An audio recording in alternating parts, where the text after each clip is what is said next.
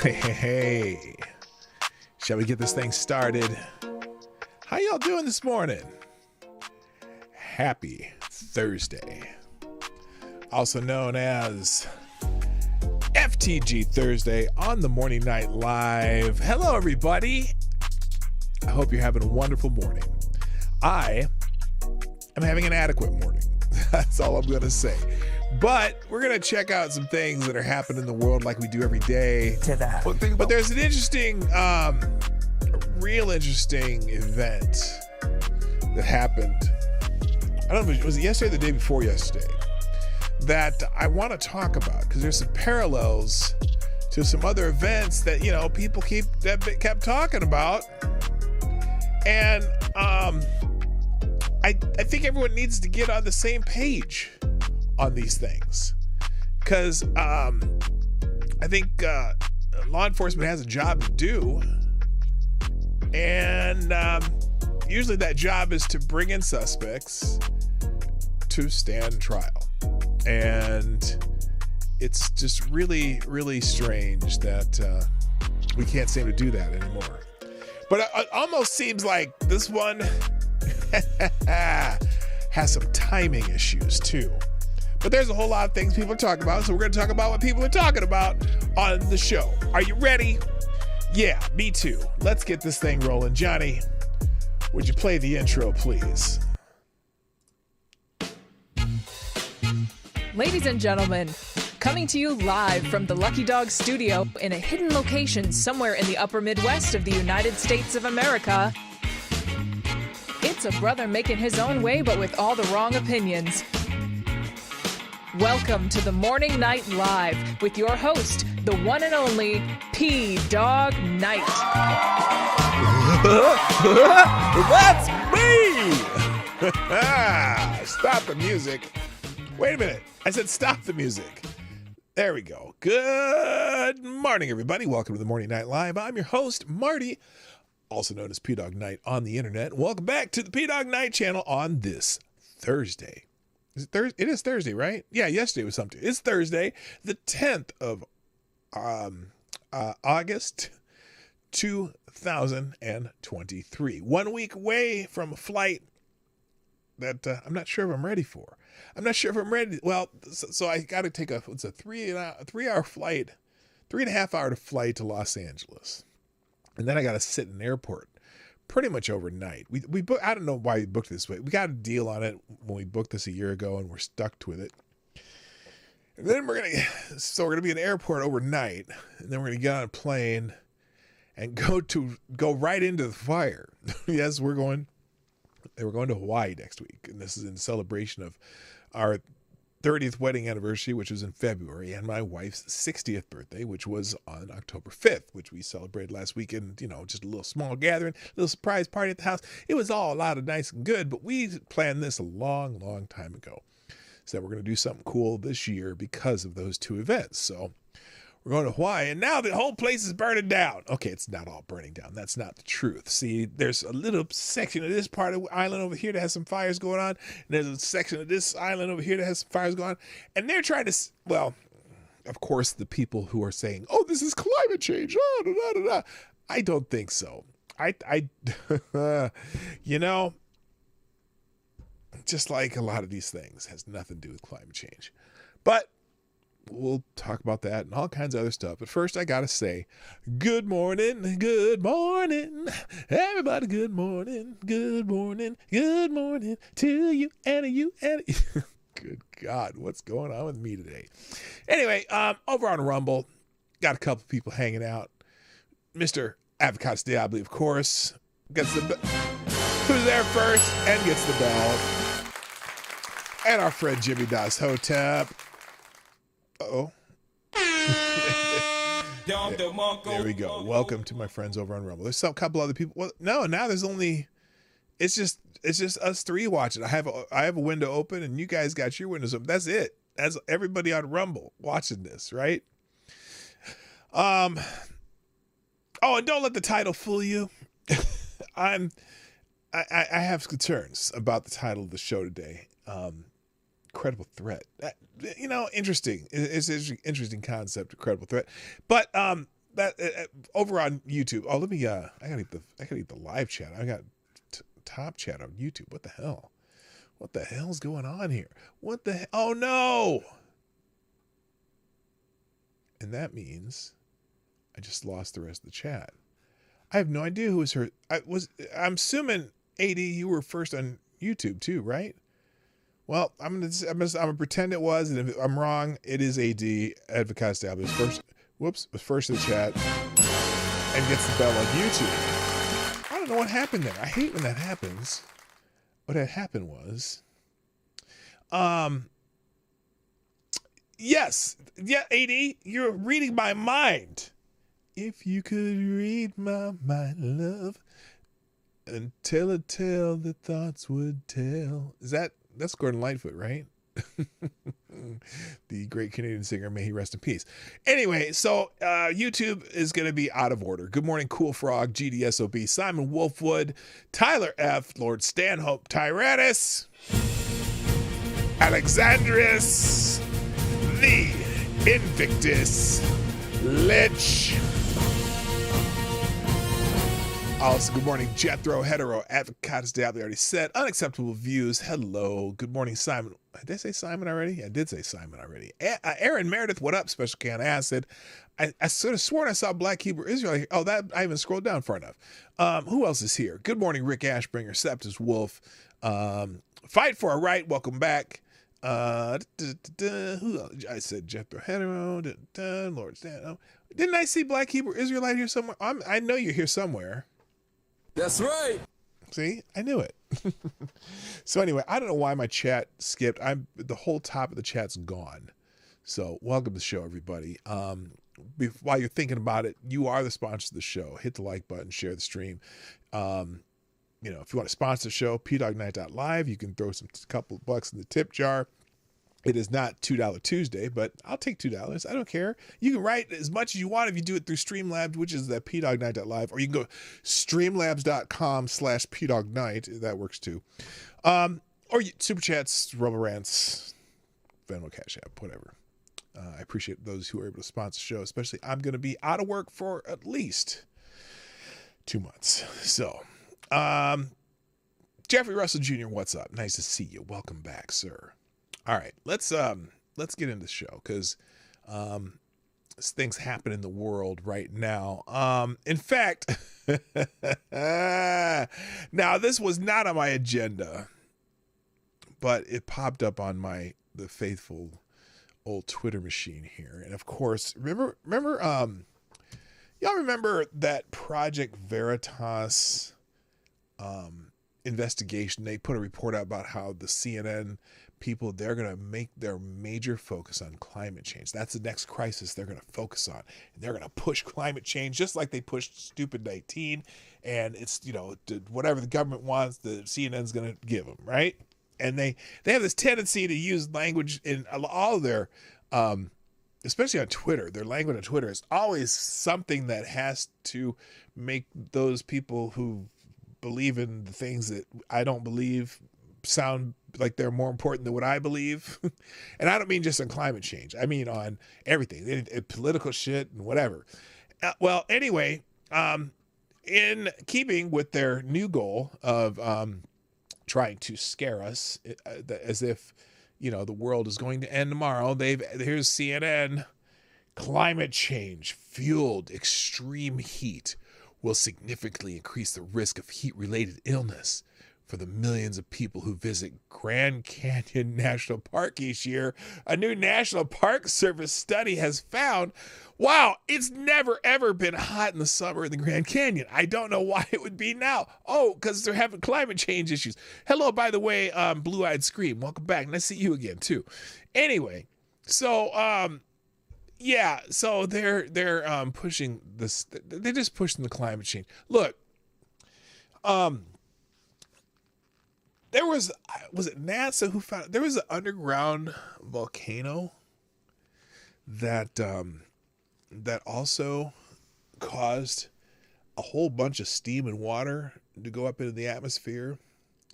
And that thing's not centered, is it? Let's move it where you can see it at least. Come on, Marty, do your job. a volcano that caused a whole bunch of water vapor to go into the air, and it may be the cause of this heat wave, according to the meteorologists and people who do that stuff. But no, this is, of course, climate change, because water vapor has much more heat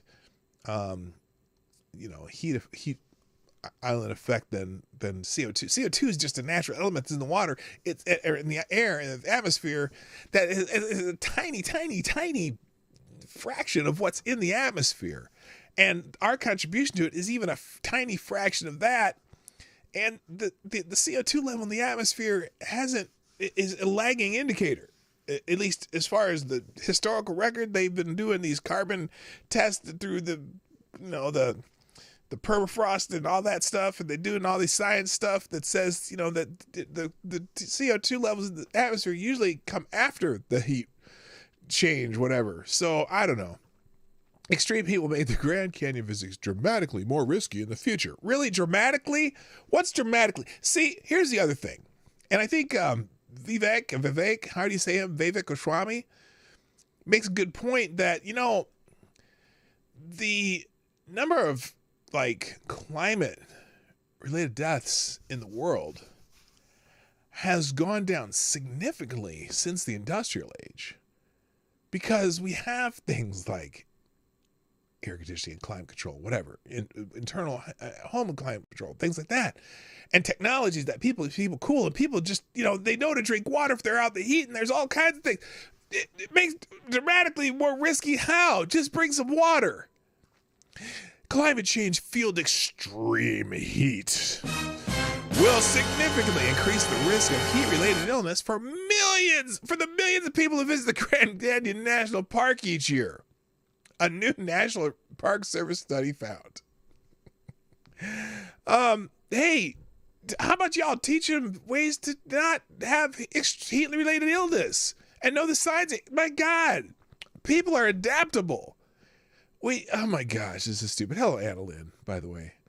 The researchers used visitation, heat-related illness, temperature, and humidity data at the Grand Canyon over a 6-year period from 2004 to 2009 to determine a heat illness risk baseline, then use climate models. Again, we're using models rather than data, because my gosh, you would have known that in, what years was it? It was 86 to 88, I think. Do you know there were more hot days in the United States between 86 and 88 than there have been in the last, since then? They keep saying, oh, this is the hottest day ever. Well, not in the United States. You sure about that? Go back and look at those 86 to 88 heat records. Go back and look at the ones from the 30s. Look at the ones from, what was it? I think it was 72, 74, somewhere in there.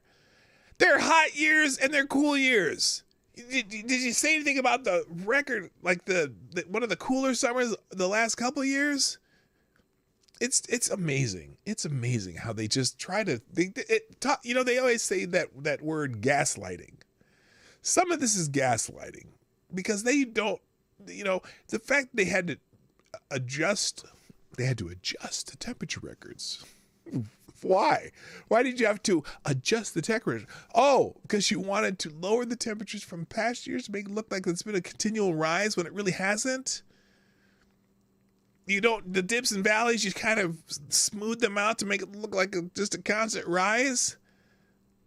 God, these people, they drive me nuts. They pretend, and then if you mention that, they're like, oh no, that's not true. You're a climate denialist. No, I'm not a climate denialist. Yeah, the climate changes. Of course it does.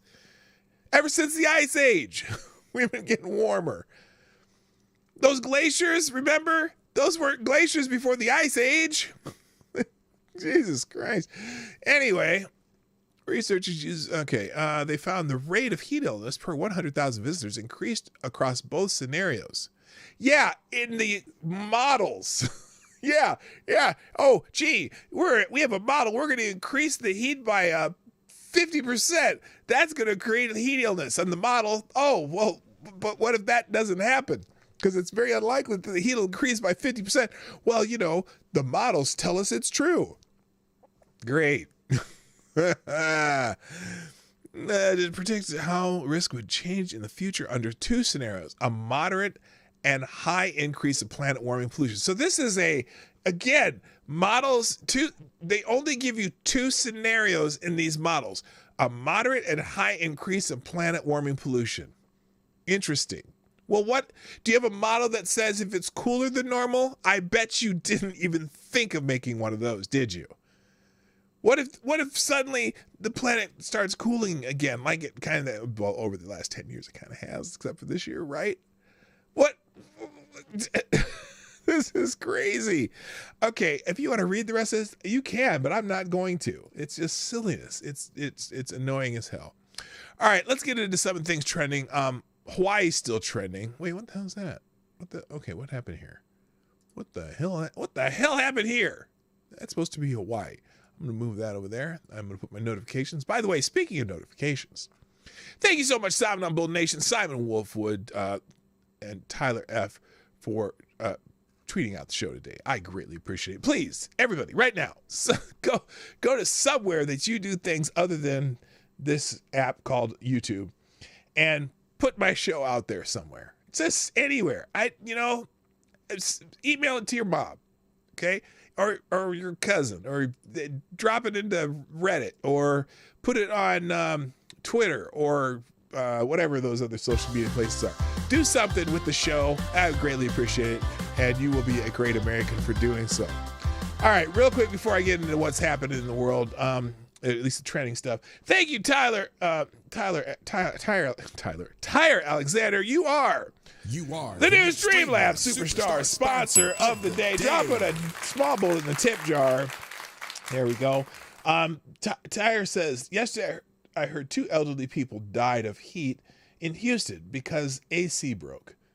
The daughter's trying to blame climate change because it never gets hot in the summer. That's what I'm saying. That's exactly what I'm saying. That is exactly what I'm saying. Man, I remember all those 100-degree days when I was growing up. 100-degree days when I was growing up in Nebraska. And we still were outside. My mom was like, "So we'll try to stay in the shade or something," but we didn't care. We was out in the outside. My parents are home in the air conditioning in the summer because my parents are both teachers. Although my dad is usually painting in the summer. He usually did side jobs in the summer, painting school buildings. But as if it's never been hot. And you know what the other thing is too? They have completely brainwashed an entire generation on this. I mean, you would think if you listen to anyone who's in that Zoomer range, it's just like they think that this is the first time it's ever been hot in the world at all times ever. So anyway, let's get into some of the things that people are talking about on the social media places like Twitter. Hawaii is trending still because some of these places in Hawaii, these fires have been devastating to a couple of small, areas in Hawaii. This is video from Maui, I think. It looks like a war zone because these fires destroyed a whole bunch of real estate here. Large section of that section of Maui that's a pretty heavy tourist spot. Turn that down. New video shows a massive fire raging near homes in Maui as an emergency proclamation has been declared for Hawaii and Maui counties over dangerous wildfires. So here's the ABC News clips of that too.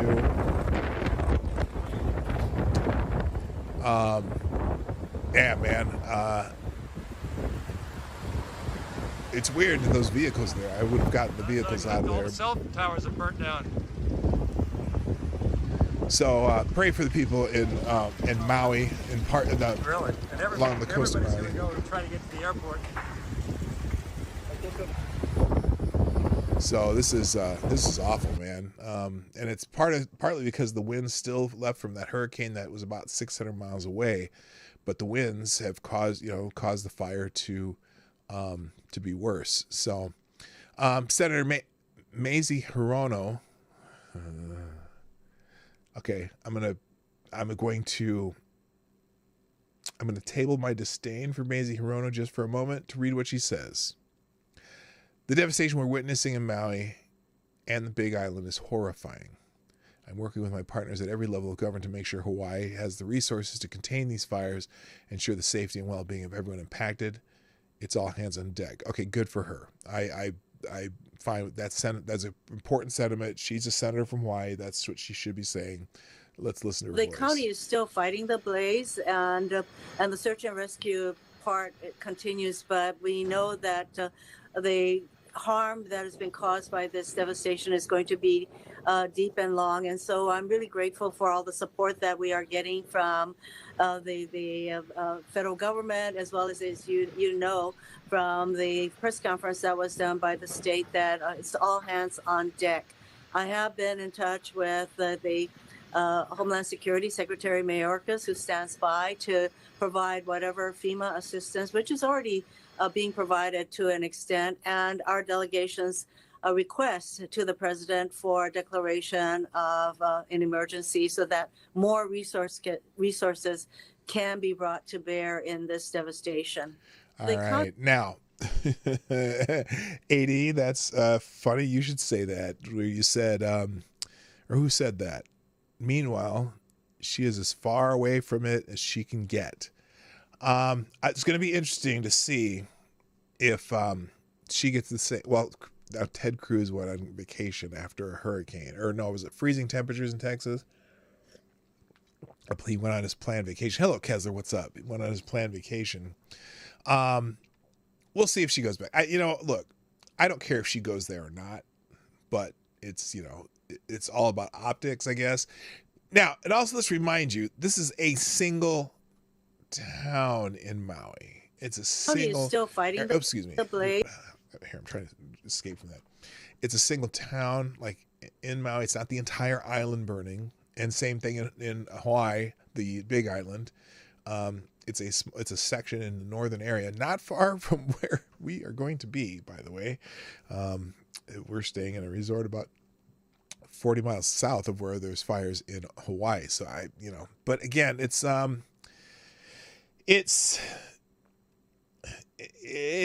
very unfortunate. You cannot, people who are going to try to blame this on climate change, I don't think so. I don't know. It makes me wonder, as I usually do, how these fires started, because fires happen all the time. And again, the wind factor here is probably a bigger issue, because it's not once the fire starts, it's not climate change that causes the fire to keep burning. It's the fact they don't get it out, and the winds from the hurricane exacerbate the situation. So anyway, someone here, I'm not going to put these on the screen just in case I scroll into something I don't want to see. If anyone here can help the people of Maui who are impacted by these wildfires, donate to @Maui United Way. It's the best place for donations. That will help out a lot. I asked my brother, since he lives in Hawaii, what would be the best way, and it's this. So apparently people say the best way to help is United Way. There's also, now what is this? Just in, death toll from Maui, Hawaii fires has reached 36. The town of Lahaina looks absolutely apocalyptic. Practically nothing left. Winds from a distant hurricane fan the flames of a wildfire, engulfing the resort town with very little warning. People fled however they could, some by even jumping into the ocean to escape the blaze.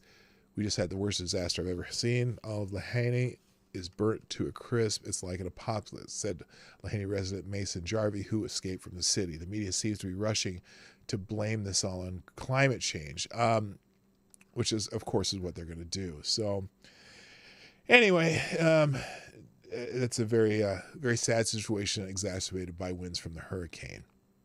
And let's see.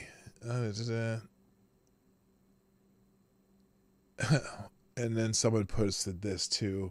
Hawaii is burning, and this is Norway, but nothing to worry about. It's all good. Apparently in Norway, they're having some flooding issues.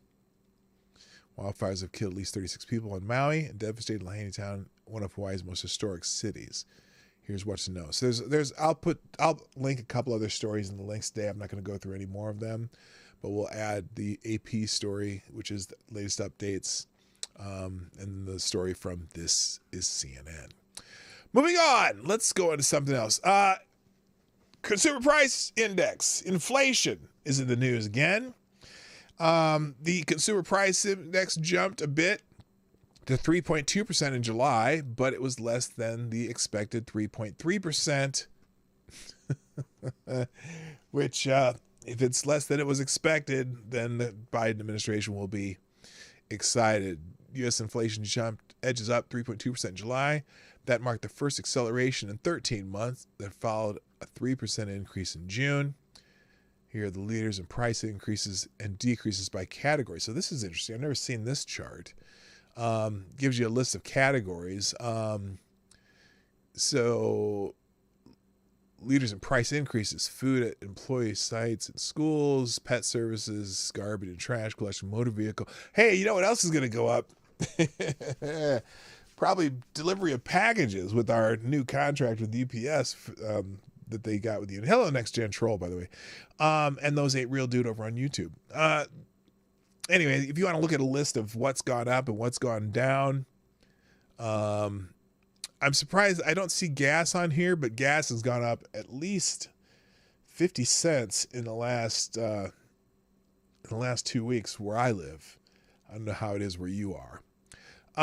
Let's see. U.S. inflation edges up 3.2% in July. So now, the reason I put this on here, though, well, because I usually do when these come up, I don't see any of the government people talking about this yet. But here's what they're going to talk about, because core CPI, the core consumer price index, it did increase 4.7 year over year. Gas prices begin to pick up at the end of July and will affect next inflation reading. So those prices won't be showing up until next month. So interesting. Well, how are they going to spin the Inflation Reduction Act now? Let's see. Someone here said in July, I expect the annual U.S. CPI inflation will rise to 3.2% versus 3.0. That's from August 9th. That was yesterday. So that was the expectations. He was right. He was pretty much right on. So what does that mean for you and me? Not exactly any relief on prices, but, is what it is. Oh, I don't need me on there. There's me. I'm on that trending topic now. I'm at the top of the trending topic list. That's first. All right. Let's see. Next. Oh, this is interesting. So Mayor Adams from New York City is concerned about the border crisis, because he's saying that a lot of the people who are coming into the border are being funneled to New York City. New York City? Say it, Marty. Say it. Get a rope. Okay. Mayor Adams is very concerned about the crisis of immigration. Let's see what he has to say here. Just want a little blurb from him on CBS this morning. To that. Well, think about what happened in the last few months. We have created a funnel. All of the bordering states have now took the funnel right to New York City. Well, not exactly. They've sent a lot to New York City, because you all vote for this stuff. They should send them to New York and Washington, D.C., and Los Angeles, because those are the places where the most votes go towards the people who love this stuff, right? Who want this border open, even though they say that they're doing their best. They're getting the cooperation from Mexico. They're doing this. They're doing all we can, except the flow is just continuous, right? So, since all New Yorkers think this is great, and Illinois and all y'all can have them. Because imagine, because he says there's this funnel to New York. Imagine what it's like in Texas, where, there's a funnel, but guess where the funnel starts? Where the biggest part of the funnel is. The biggest part of the funnel, Mayor Adams, is in Texas. So you're getting the little trickle on the tiny opening of the funnel, but the funnel starts in Texas. The whole big old wide part of the funnel is in Texas.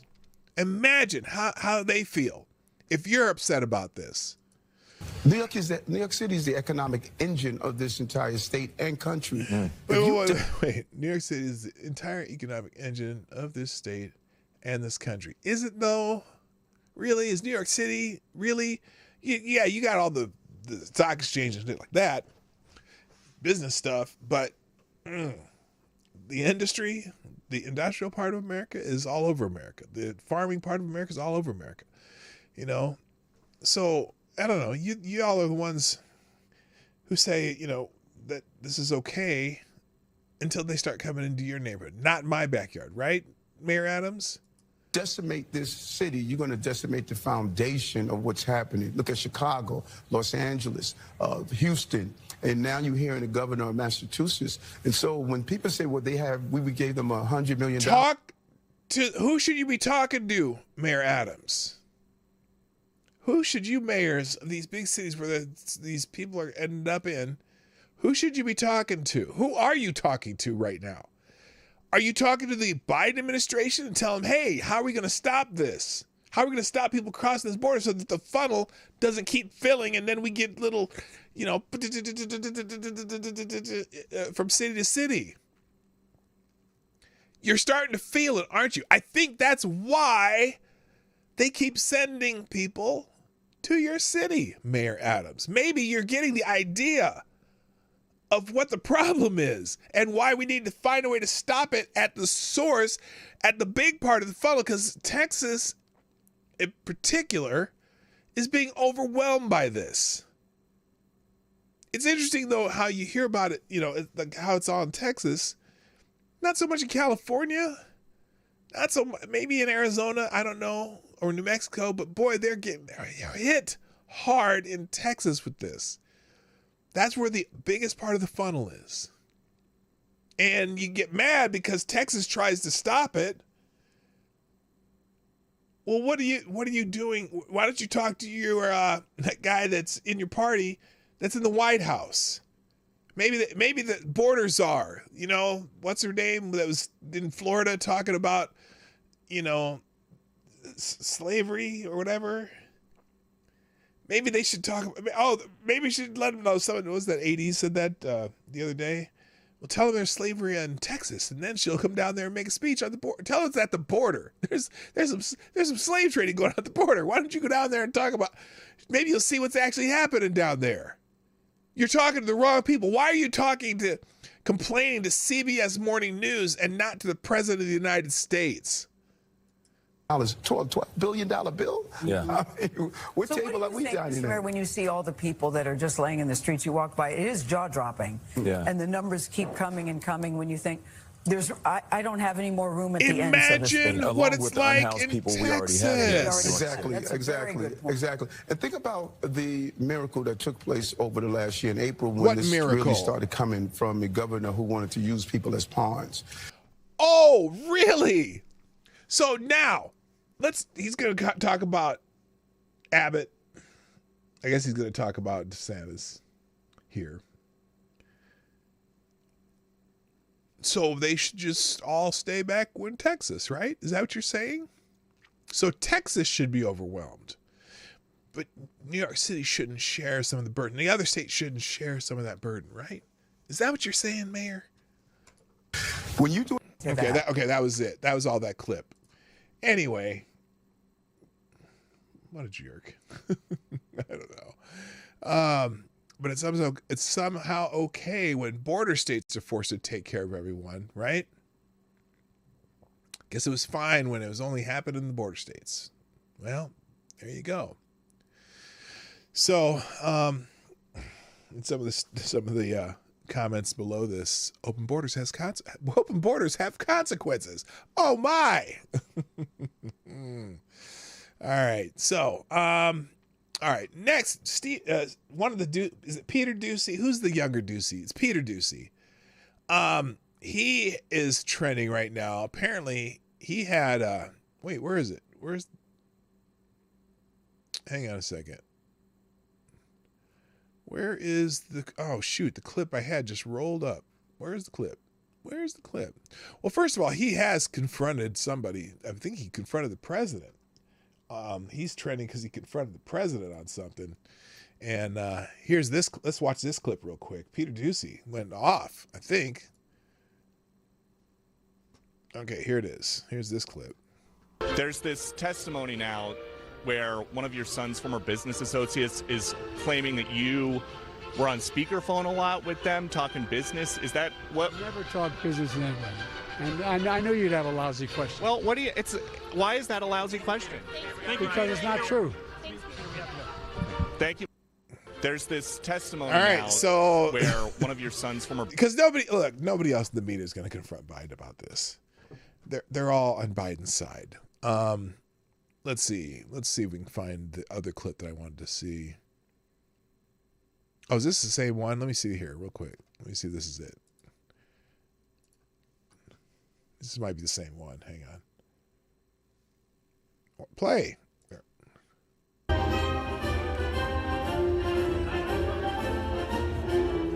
Oh, this is the same one.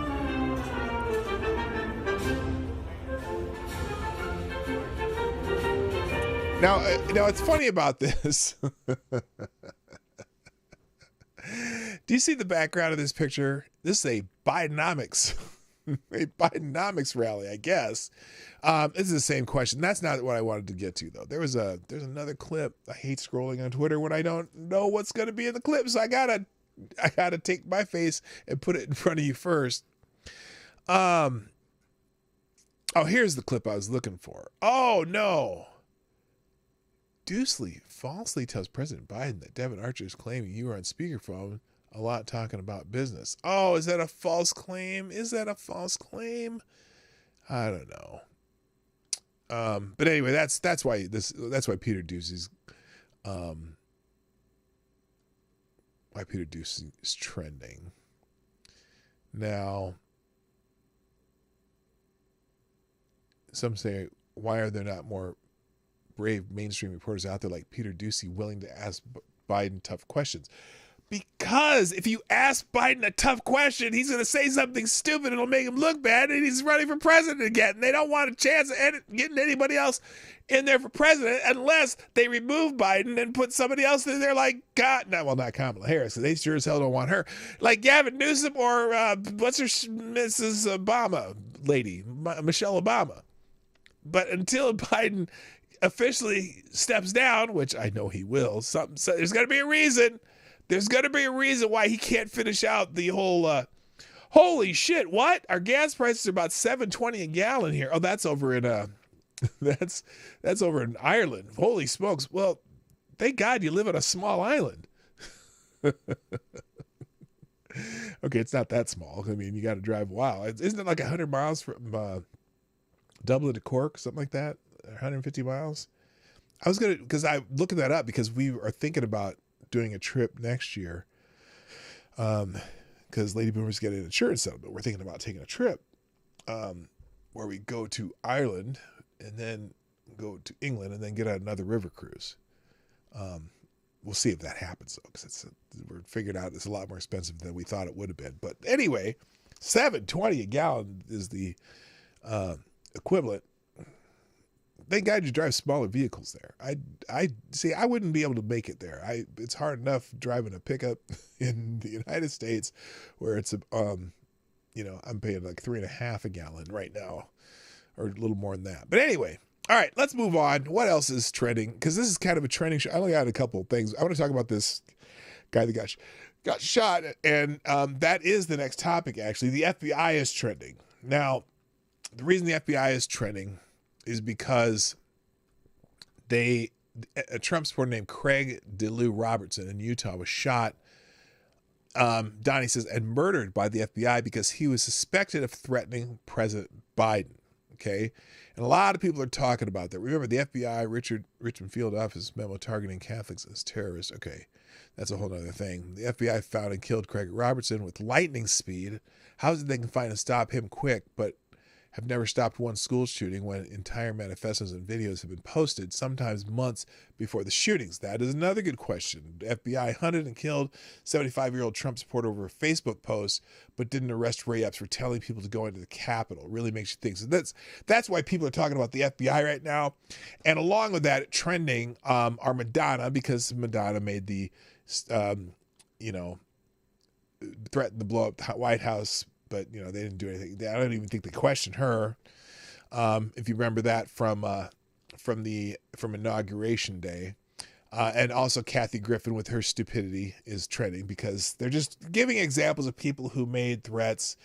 Snoop Dogg was one of them. The video where he had a facsimile of Donald Trump shooting him and whatnot. So, in fact, Kathy Griffin also posted this now. Let's see. Worried about a 75-year-old man. Really? Did the FBI kick in Johnny Depp's door? How about Madonna? What did they do to Kathy Griffin? Not a damn thing. So here's the story. The New York. We're going to look at a few different versions of this story. Okay. We'll start with the New York Post. Armed Trump supporter Craig Robinson shot dead in FBI raid linked to threats against Biden and top Democrats. An armed Utah man was shot and killed by FBI agents during a Wednesday morning raid linked to assassination threats against President Biden and other top Democrats, including Vice President Kamala Harris and Manhattan District Attorney Alvin Bragg. Hello, hey, good morning, by the way. Am I missed anybody? It is not. Okay. The deadly shooting occurred in Provo. Now, listen to the details of this, because this is very fascinating, especially since we've been talking about over the past few years things like Breonna Taylor. Okay, we'll bring that one up. We'll bring a couple of. There's been these early morning raids, these FBI raids. Okay, the deadly shooting occurred in Provo around 6:15 a.m. So they're pounding on his door trying to serve a warrant at 6:15 a.m. in the morning. When the feds tried to serve arrest and search warrants at the home, the FBI, an FBI office in Salt Lake City, told the Post in a statement. A federal complaint obtained by the Post from the Utah U.S. Attorney's Office identified the suspect at the center of the probe that prompted Wednesday's raid as 75-year-old Craig Robertson. And now, when I named this, when I named the stream today, when I said credible threat taken out, I don't know. I'm using their words. I'm being somewhat facetious, but let me continue. An agency spokesman confirmed that one person struck by gunfire has died, but she did not share any further details about the agent-involved shooting. The FBI takes all shooting incidents involving our agents or task force members seriously, the statement read. In accordance with FBI policy, the shooting incident is under review by the FBI's Inspection Division. Robertson was armed at the time, according to two law enforcement sources who spoke to the Associated Press on the condition of anonymity. Robertson, who described himself on social media as a MAGA Trumper, was facing counts of interstate threats, a threat against the president, and influencing, impeding, and retaliating against federal law enforcement officers by threat. Now, these are not pictures of the raid. These are just pictures of him with some of his guns and him in a ghillie suit and whatever.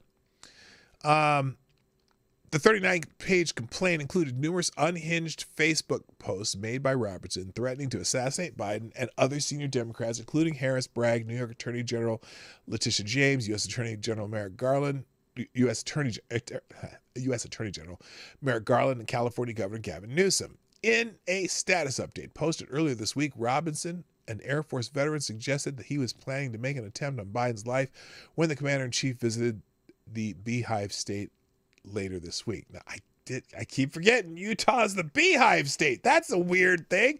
You'd think it'd be like the, exposed rock monument state, but no, it's the Beehive State. He says, I hear Biden. Here it is. This is the Post. Was this on, I don't know what this is on. Is this on Twitter? No. Anyway. Wonderful dream. I dreamed I was in a dark corner of a Washington, D.C. parking garage. I was standing on the body of the U.S. Attorney General Merrick Garland with a bullet hole dead in the center, whatever. So he's talking about this dream, Interesting. Now, I want to go to a different report of this. Here's the NBC, and now we'll listen to Lester Holt for a second, and then I'm going to read what they put here because there's a couple things that I found fascinating. Okay, so here's let's get the Lester Holt report, and there's the volume. Oh, hang on. All right, here's Lester Holt reporting on this. Will work. Tonight, FBI agents shot and killed a man in Utah while serving a warrant to him for allegedly making death. What's fascinating, right off the bat in their report, what picture did they use of the man? Did they use a picture of him where you can see his face and whatnot? Or do you see him in this ghillie suit looking like a sniper?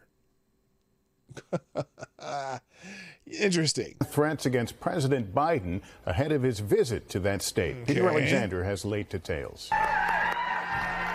Tonight, President Biden out west heading to Salt Lake City just hours after the FBI says its agents had a deadly confrontation with a man who had threatened to kill him. The FBI says it happened at 6:15 this morning. Again, 6:15 a.m. Now, I'll wait. I don't want to jump the gun on this. Nearby Provo, Utah, where they were serving an arrest warrant on suspect Craig Robertson, who they say was approximately 70 to 75 years old. There was a big boom, and then there was another one and another one. In court documents, the FBI says Robertson posted. Now, again, they're using this picture of him in the ghillie suit instead of a picture of him. Is there a reason for that? Certainly more menacing in a ghillie suit, right? On social media, I hear Biden is coming to Utah and that he was cleaning the dust off his sniper rifle. This Robertson post, according to the FBI, shows a picture of his weapons along with threats ahead of the 2024 election cycle. And here's the thing. Nobody in this country should be able to make threats against the President of the United States. Absolutely should be taken in on a warrant on whatever. There's laws against it. It's not right. I don't care who the president is. I don't care if I like the president. I don't care if I can't stand the president. I don't care if I think the president is really the president or if he's just a puppet on a string.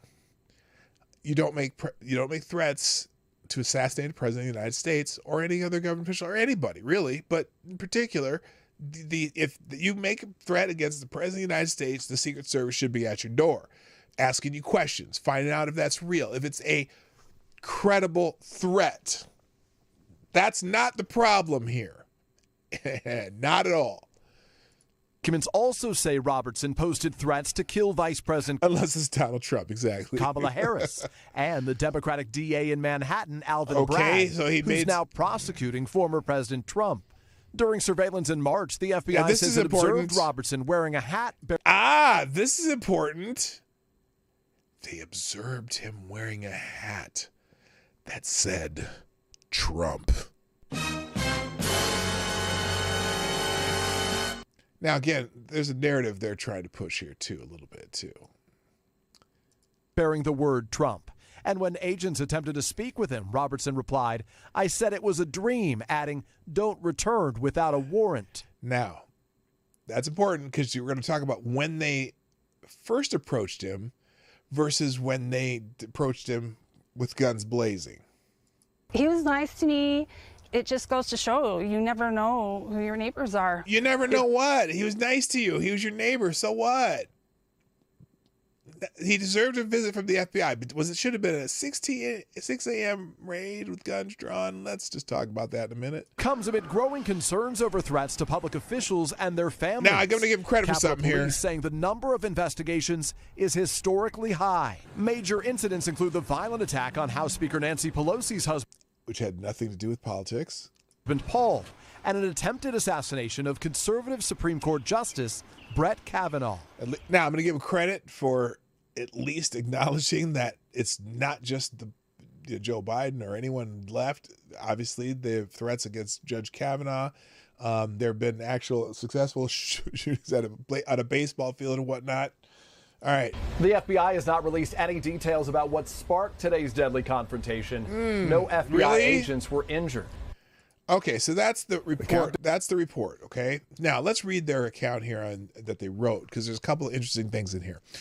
So the FBI Wednesday shot and killed a Utah man allegedly made online threats to kill President Joe Biden and New York prosecutor Alvin Bragg while serving a warrant in his Provo home. Officials said the suspect identified in charging documents obtained by NBC as Craig DeLew Robinson. Robinson allegedly made a threat Monday that referenced the president's trip to Utah this week, saying he needed to prepare his camouflage and sniper rifle. In the alleged threat to Bragg, Manhattan District Attorney whose office is prosecuting former President Donald Trump, Robertson called him a political hack and plotted to assassinate him in a parking garage, the charging document said. Now, let's remember, they know where he is. They know he's in Utah, okay? They know he's in Utah. So they know that they can certainly keep an eye on him, or they can just arrest him for making the threats. But they know where he is, clearly, because, listen, and then they just say other people he mentioned, right? Now let's go down. Let's scroll down here. Okay, here's the part where we're going to go. The incident unfolded at 6:15 a.m. in Provo, Utah, when special agents attempted to serve arrest and search warrants at a residence, the FBI said. Now, at 6:15 a.m., hello, cannibalistic wizard, at 6:15 a.m., and you hear a bunch of pounding on your door. That's interesting way to do it, because we'll get to it. We'll get to the part that I wanted to point out. That's very important to me. Because look, again, the purpose of law enforcement in these types of cases is to arrest somebody and take them in for a trial or whatever, right?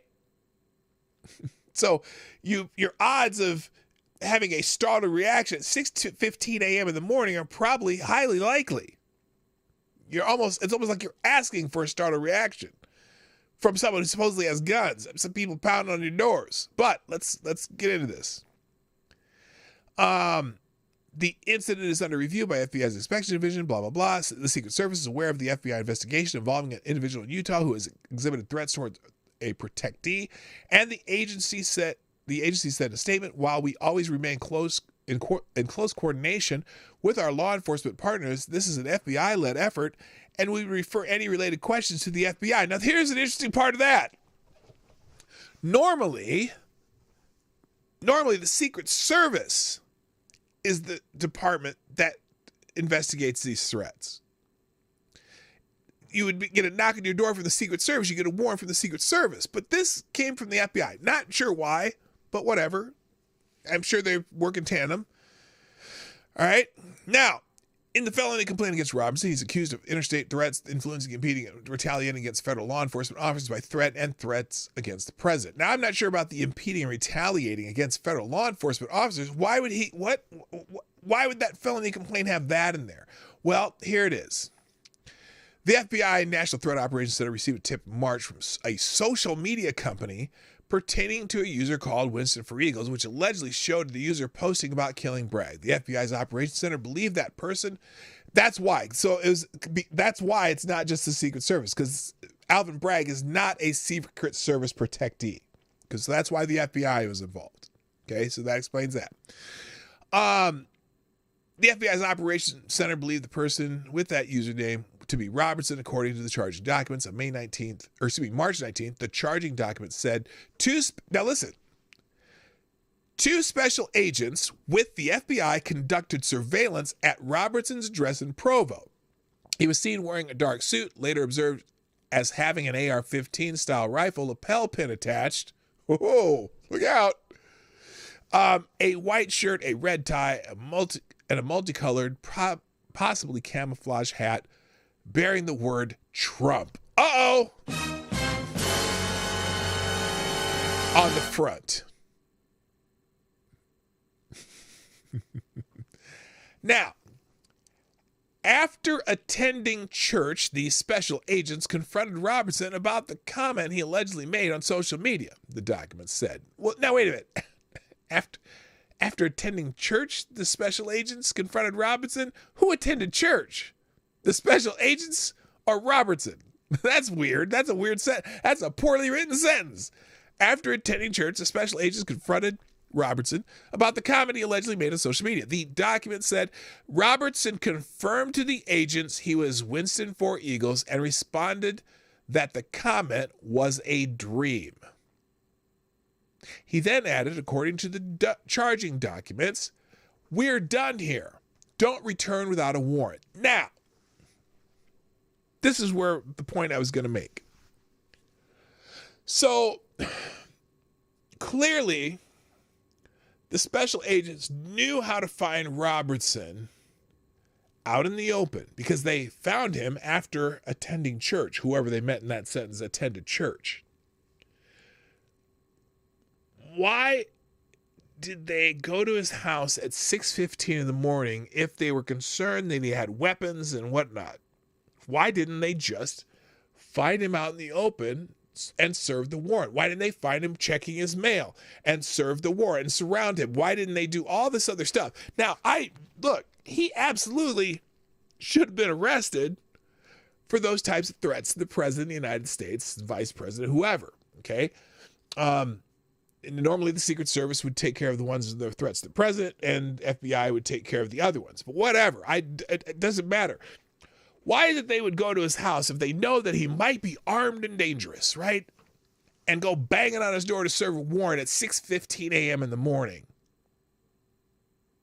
I don't think they wanted to take him alive. That's my personal opinion. My opinion is they wanted something. They wanted to make a big thing out of this. They probably had cameras there. And it just happened to be what happened the same day. There was something that more Hunter Biden testimony came out, whatever. So it was very convenient that this overshadowed it.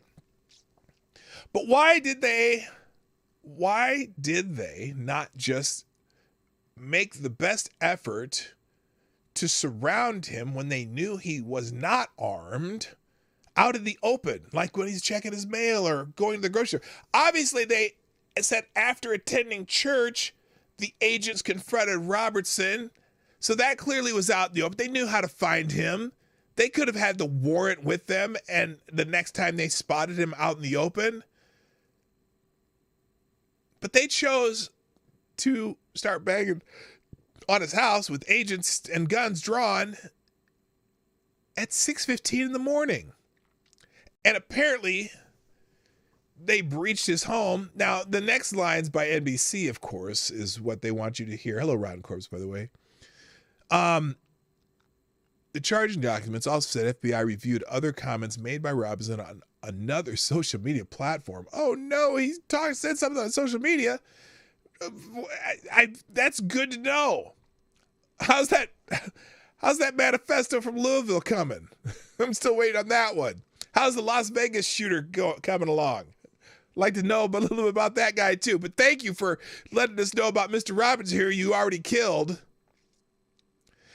Next line, Robertson owns a sniper rifle and a ghillie suit, has made violent threats to murder public officials, and appeared to possess multiple firearms according to the charging documents. Okay, you couldn't take this 75-year-old man alive? That's just so convenient. You couldn't take a 75-year-old man alive. You know, and I got to thinking about this morning. And because I heard, who was it? Of course, the Daily Crowd. I'm not going to read his post, but he was saying, I can't believe there's people out here defending this Robertson guy. I'm not defending Robertson. He should be in jail, sitting in jail, or taking vigorous questions on his, threats to murder people in our government. He absolutely should be in jail right now, not dead.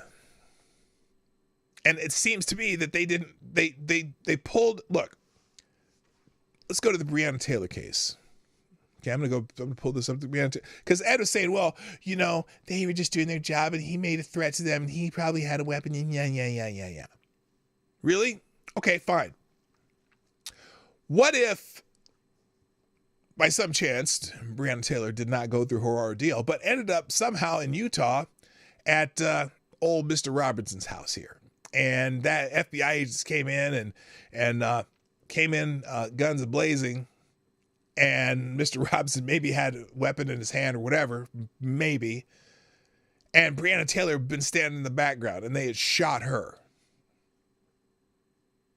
Remember that uproar about that? Because that's kind of what happened in the raid against Breonna Taylor's. And I don't know why they raided the way they did in Breonna Taylor case either. They could have found that guy outside the house. They could have waited longer. They could have done it without the breach. Not saying that, the fact that he shot a police officer wasn't a factor in them firing back and Breonna Taylor getting killed. But, we're kind of in that same scenario where isn't the purpose of law enforcement in these cases to bring a suspect in, at least for questioning and possibly charges?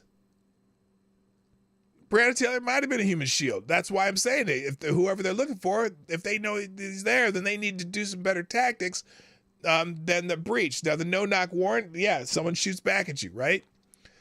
And I'm not saying that, I don't know whether it's right or wrong, but I'm telling you, this is a case, another one of those cases where they come in with guns blazing rather than find a way to take this person alive. Their job is to put this guy on trial if he did something illegal, not to kill him. Same way with St. George, okay? Situational awareness. Whether you believe that it's a murder charge or not, the job of Derek Chauvin was to bring in George Floyd alive, and he needed to have the situational awareness to realize there's a guy dying under his knee, and at least take some action to make sure he lived. Now, granted, he may very well. That first toxicology report said he probably died of the things in his system. Well, whether he did or not, Derek Chauvin's job is to bring in someone alive if he can, and he needs to be aware of what's going on underneath them. But these agents decide to go in at 6:15 in the morning with a guy who supposedly has all kinds of weapons, armed and dangerous. You could certainly, and there's no witnesses other than the FBI. I wonder if they had any body cams going. I wonder if there's anyone if the guy shot at them or not, or if he had a weapon. So you got someone banging on your door at 6:15 in the morning. You're not expecting that. If you're a guy who's a little bit paranoid and has weapons, you might come to the door with a weapon. So no one's condoning what Robertson did here. Threatening the life of the President of the United States. I don't care what party, what affiliation your President of the United States has. You do not threaten the President of the United States. You're going to get some men in black suits or some FBI agents at your door, which should happen.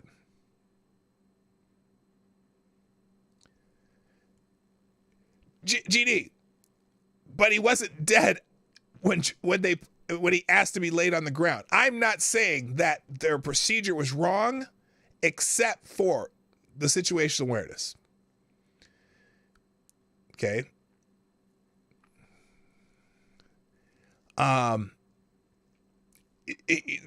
Derek Chauvin wouldn't be in jail if he'd recognized the fact that the man below him was in distress and maybe had tried to revive him. And whether he died or not, he would not be in trouble if he had the situational awareness of what was going on below him. He had an officer protecting him. He had two other officers helping him, and he stayed at that position far too long. I was saying that he was doing his job poorly. That's my point. But this case, it's fascinating because all the people who probably were ranting and raving about Breonna Taylor getting shot are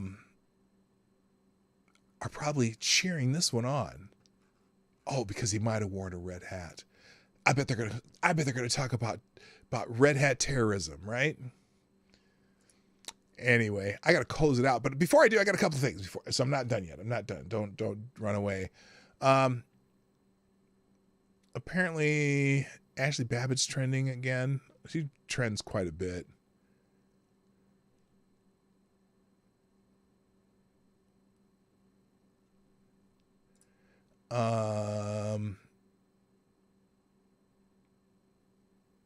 Oh, Billy Baldwin.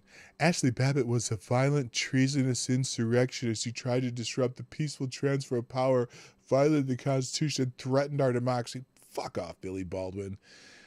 Craig Robertson threatened the lives of President Biden, Kamala Harris, Gavin Newsom, Letitia James, and Alvin Bragg and FBI.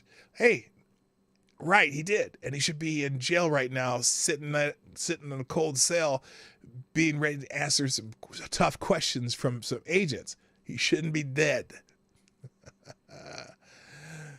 Anyway. Yeah, I don't, the Ashley Babbitt thing I don't really care about. I'll just put that, but it'll be in the links today. So anyway, if you look at the Daily Callers account, I don't know if there's anything significantly different. The FBI said the agency inspection division is reviewing the agent-involved shooting in a statement, according to NBC News. President Biden was briefed on the FBI raid upon his arrival in New Mexico. The outlet reported he's scheduled to arrive in Salt Lake City, Utah, Thursday to address veterans' health care. The U.S. Secret Service said they are in close coordination with their law enforcement partners to protect the president, according to NBC News, and so on and so forth. So not a whole lot of extra information here. The only other things in the links today, and I'm not going to get to, we talked about Andy Ngo's case yesterday and how it seems as though the jurors were intimidated like a mug by the people on trial and even the attorney for those people who said, "I am Antifa and I will remember every single one of your faces." Yeah, that should have been a mistrial immediately. There's a couple articles on that. There's the Human Events version 2. And then the only other thing I had today, Marco Rubio has asked the DOJ to investigate Chinese funding of left-wing activists, calling on the Department of Justice to investigate U.S. left-wing activist groups linked to an international Chinese Communist Party funding network and slammed the Biden administration for being unaware or ambivalent to this growing threat. Rubio, one of the top China hawks in Congress, said he's concerned with far-left organizations who are reportedly tied to the Chinese Communist Party are operating with impunity in the United States. In a letter to Attorney General Merrick Garland obtained by the Washington Free Beacon on Wednesday, he called on Garland to investigate whether the groups violated the Foreign Agents Registration Act by failing to register as agents of China. So, that's interesting, China is asshole. And then the last one I have here, this one is the last one I really wanted to get to, though. This is getting so ridiculous. Check out what the big tech goons are up to now. It's so ridiculous that it would be funny if it weren't so deadly serious. We thought censorship by Facebook and other social media companies was bad, but that was only the tip of the iceberg. Every week now I get an email showing which articles have been demonetized by big tech. If an article is demonetized, it means we can't run ads on it. We still have to pay our writers for their work, but because we can't run ads, we have to take a loss on it. So here's some of the articles that were demonetized at Pajamas Media. Now, I'm familiar with this because I get videos demonetized all the time. And when you have a video demonetized or a stream demonetized, they don't even promote them anymore. They just happen chance if someone happens to find it through some other means, they'll find it, but it won't be up on YouTube, like kind of in their feed, whatever. So here are some of the articles that were demonetized just in the last 3 weeks by, I think it's Google Ads, whatever. Study suggests U.S. government lied about myocarditis risk from COVID vax. Military notes spike in myocarditis cases. Wonder why. Warning, Pfizer mRNA flu shots are on the way. Climate crazies have discovered that summertime is hot. These are all been demonetized for the titles. Dem science denier accusation is old, wrong, and pathetic. And how many thousands did corporate state media COVID misinformation potentially kill? Notice a pattern here? The powers that be don't want us writing about climate change or stupid 19 unless we agree that climate change is the immediate existential threat to the world and that the CDC and Anthony Fauci got everything right in their response to stupid 19. Well, that's kind of how YouTube was quite for a while. But now at least you can talk about election whatever information or pandering or whatever. You can talk about the election on YouTube now. Without restraint. So anyway, Is this anything we didn't already know? Is any of this shit we didn't already know? That they're all a big cabal and they all are trying to, they're all trying to control what we think and what we say, and they're trying to scare us into giving more money to our government, because that's really what it's all about. If there's a crisis, you can tax it. You can tax any crisis and take more money from the people for a crisis. So let's just make up a few more crises and everything will be great. All right. Ladies and gentlemen, I do need to make this the end of the show. I want to thank you for being here on the Morning Night Live. Please hit the like button, share, and if you want to sponsor the show, pdognight.live, 24 hours a day, Venmo, Cash App, and all that stuff. Thanks for our superstar sponsor of the day, Ty Alexander. Woohoo! And there we go. Yeah! It took you a second. What's wrong with you people? All right. Thank you. Gotta go. My name's P-Dog Knight. And I'm out of here. Bye-bye. Have a fantastic day. Hey, this is P-Dog Knight. And thank you for watching today on the P-Dog Knight channel. If you have an observation or remark you'd like to make about this video or my channel, I absolutely welcome you to write it in the comment section down below. I really look forward to hearing from you. And before you go, if you like what you saw but you're not already subscribed, please make sure you hit the subscribe button and definitely click that bell that pops up afterwards so you'll be notified when I post new videos or when we go live. I broadcast my live show, The Morning Night Live, Monday through Friday at 10 o'clock Eastern, 9 o'clock Central. A special thank you to all the supporters of this channel who share our videos on social media and who make donations through Streamlabs, YouTube, Venmo, and Cash App, which are all linked in the description down below. Thanks again, and until next time, I'm P-Dog Knight, and I'm out of here.